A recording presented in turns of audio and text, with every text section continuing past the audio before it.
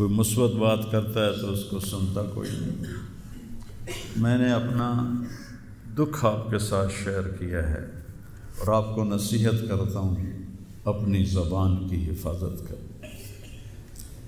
میرے نبی نے کبھی ممبر پہ کھڑے ہو کر کسی کو برا بھلا نہیں کہا، عبداللہ بن ابی کو بھی برا بھلا نہیں کہا، مجلس میں بیٹھ کر کسی کو برا نہیں کہا، اور تو یہ کرتا ہے، مرتے دم تک آپ نے یہ کسی کو نہیں کہا۔ کسی کی کمی بھی دیکھی تو نظریں جھکا لی، اس کی کمی کو اچھالا نہیں۔ ہمارے ہاں، ہمارے خطیبوں کے ہاں یہ دین بن چکا ہے کہ ان کے سامنے میرے نبی کی سیرت نہیں ہے،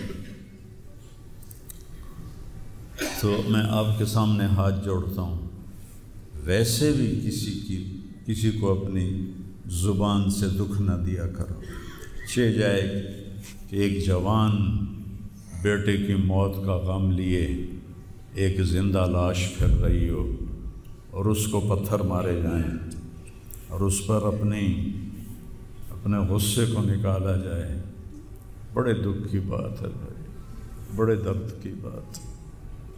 یہ ہماری قوم کی گراوٹ کی انتہا ہے، گراوٹ کی میں تو اس وقت پاگل تھا، جہاں سے مجھے کسی نے جھوٹا خواب بھی سنایا تو میں نے تسلی لی کہ شکر ہے میرا بیٹا، جوان بیٹے کو اللہ نہ تنوں اٹھاون دے ویلا وکھاوے، اللہ تنوں اٹھاون دا ویلا نہ وکھاوے۔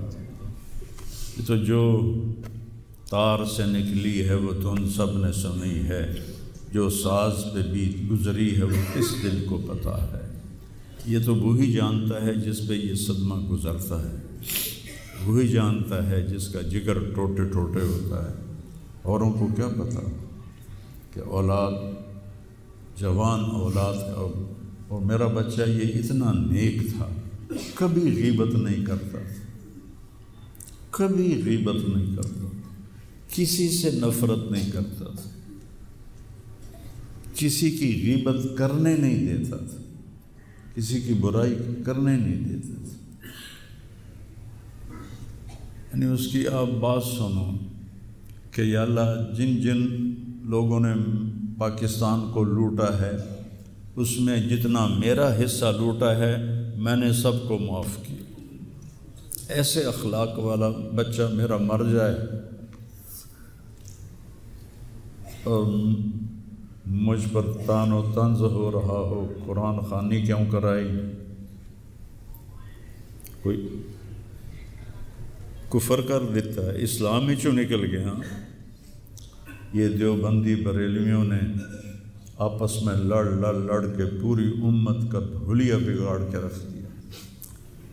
خطیبوں نے، میں صحیح علماء کی بات نہیں کر رہا، خطیب چاہے دیوبندی کے ہوں، چاہے اہل حدیثوں کے ہوں، چاہے وہ بریلویوں کے ہوں، چاہے وہ شیعوں کے ہوں، سوائے نفرت کی آگ بھڑکانے کے ان کے پاس اور کوئی موضوع کوئی نہیں۔ آج میں گیا ہوں اپنے، صبح بہت میرا سر بھاری تھا تو میں سیر کے لیے فجر کے بعد نکلا، اپنے مین فارم پر پہنچا تو وہاں نوکر کھڑے تھے، تو ہمارا ایک نوکر ہے شبیر اس کا نام ہے، تو وہ میں نے ایسے ہاتھ بڑھایا ملنے کے لیے، کہا میاں صاحب آسم میاں طرح ساڑھے نال ملو، انج نہ ملو۔ میں کیا وہ کیوں ملتا ہے؟ ہمارے ہاں زمینداروں میں نوکر اور زمینداروں کا آپس میں بڑا فاصلہ ہوتا ہے، وہ جب ہمیں ملتے ہیں تو یوں جھک کے ملتے ہیں یا گوڈے پکڑتے ہیں اور اپنے آپ کو پیچھے ہٹا کے کھڑے ہوتے ہیں۔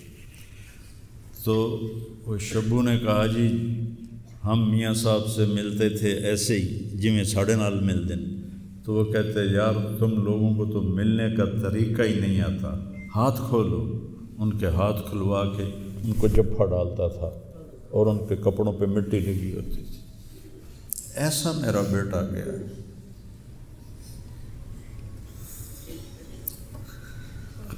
نوکر کے منہ سے نوالا نکال کے اپنے منہ میں ڈال کے کھا لیتا تھا۔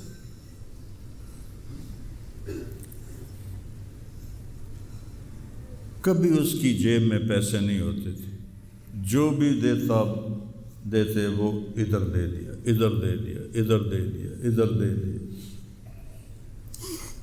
نئی گاڑی میں کوئی غریب آدمی کو بٹھاتا نہیں ہے، وہ نئی فارچون میں وہ اس پاگل کو بٹھاتا تھا۔ یہ بھی مذاق بنا دیا لڑکا۔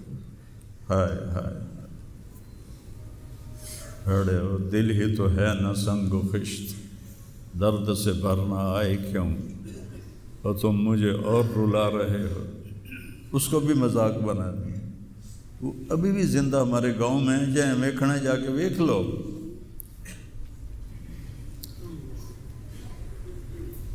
اور اس نے کہا کہ میرے رب نے میری بخشش کر دی اس ملنگ کی خدمت کی وجہ سے۔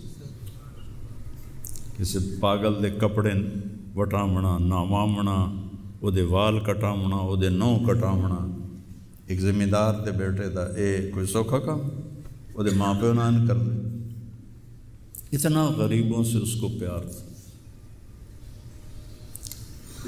اور سخاوت کوٹ کوٹ کے بھری تھی، اور نوکروں کو بھی بھائی کہہ کر بلاتا تھا۔ شرم ہی نہیں آتی لوگ کم بختاں چار ٹکے یا سستی شہرت لین واسطے